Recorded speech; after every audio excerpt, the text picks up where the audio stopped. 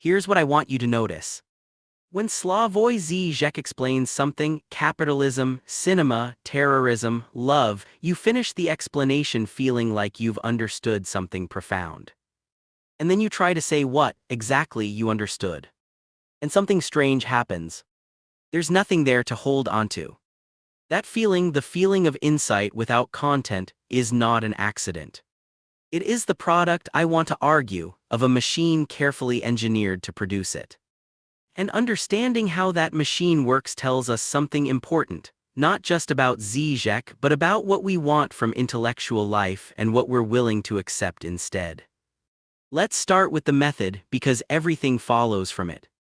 Žižek's signature move goes like this. He makes a theoretical claim, something drawn from Hegel or Lacan. Then he illustrates it with a cultural example, a joke, a film scene, a news story. Then he declares the example confirms the theory. Then he moves immediately to the next example, which also confirms the theory. The examples are funny, surprising, counterintuitive. The movement is fast. And if you are paying close attention, you will notice that the relationship between the theory and the example is never demonstrated. It's performed. Consider how he talks about ideology. His central claim from his first major book is that ideology no longer works by deceiving us. We know perfectly well that consumer culture is a treadmill, that political spectacle is theater, that the news cycle is a machine for generating anxiety. We know this, and we do it anyway. Cynical reason, he calls it, following Sloterdijk.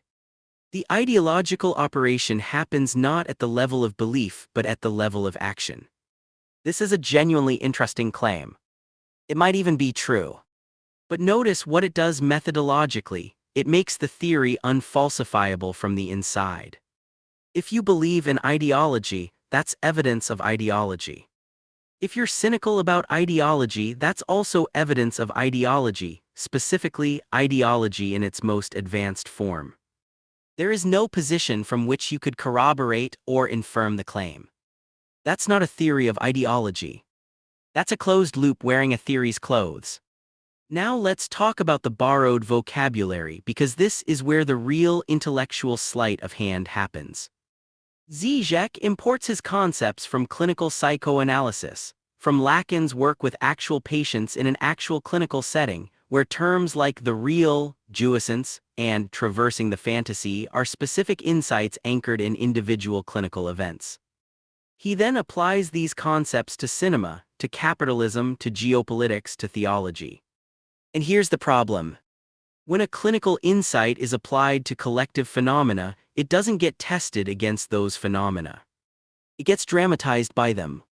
The real in Lacanian clinical theory refers to something specific, the traumatic remainder that resists symbolization in an individual patient's history.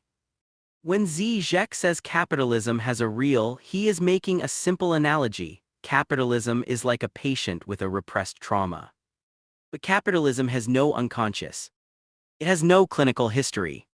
The analogy doesn't demonstrate anything about capitalism.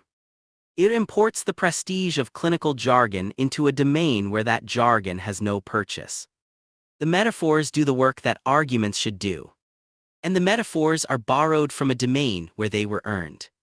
Here's what this costs us in political terms, and this is where I think the stakes become genuinely serious.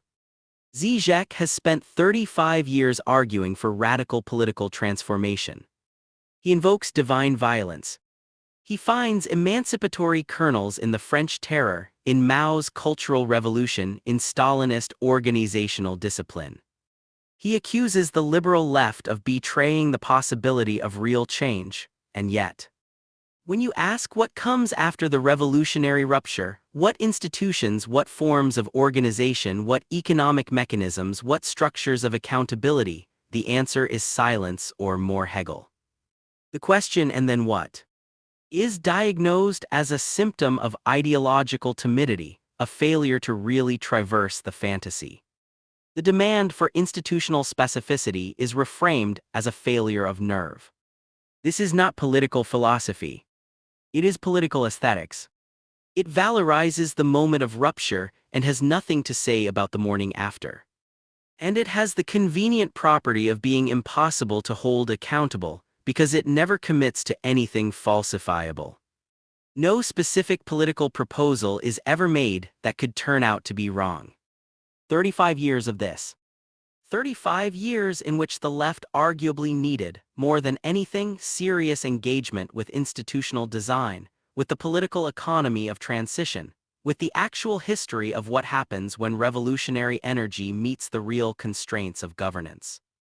Žižek provided, instead, increasingly elaborate Hegelian dialectics and increasingly recycled jokes. Let me say clearly what I think Žižek actually is, stripped of the apparatus. He is an oddly gifted rhetorician with a vast cultural memory, a talent for counterintuitive juxtaposition, and a philosophical formation deep enough to generate the appearance of depth, yet without substance. He is, in the most precise sense, a producer of the feeling of understanding, which is not the same thing as understanding. The Lacanian framework is not a tool of analysis.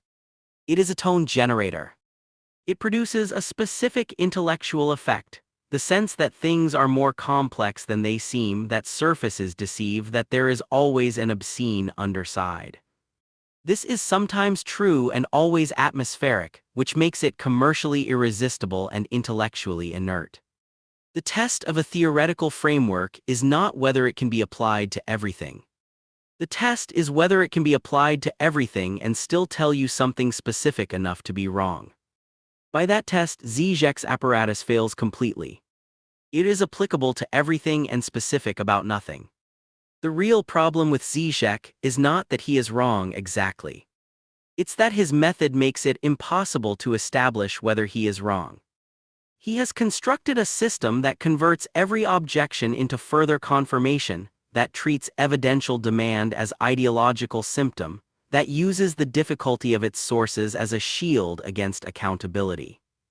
And the result, across 35 years and 60-plus books, is an intellectual practice that has consumed enormous quantities of left intellectual energy while producing no solid claims, no knowledge that can be scrutinized, no institutional proposals, no political program, and no systematically elaborated theoretical tools.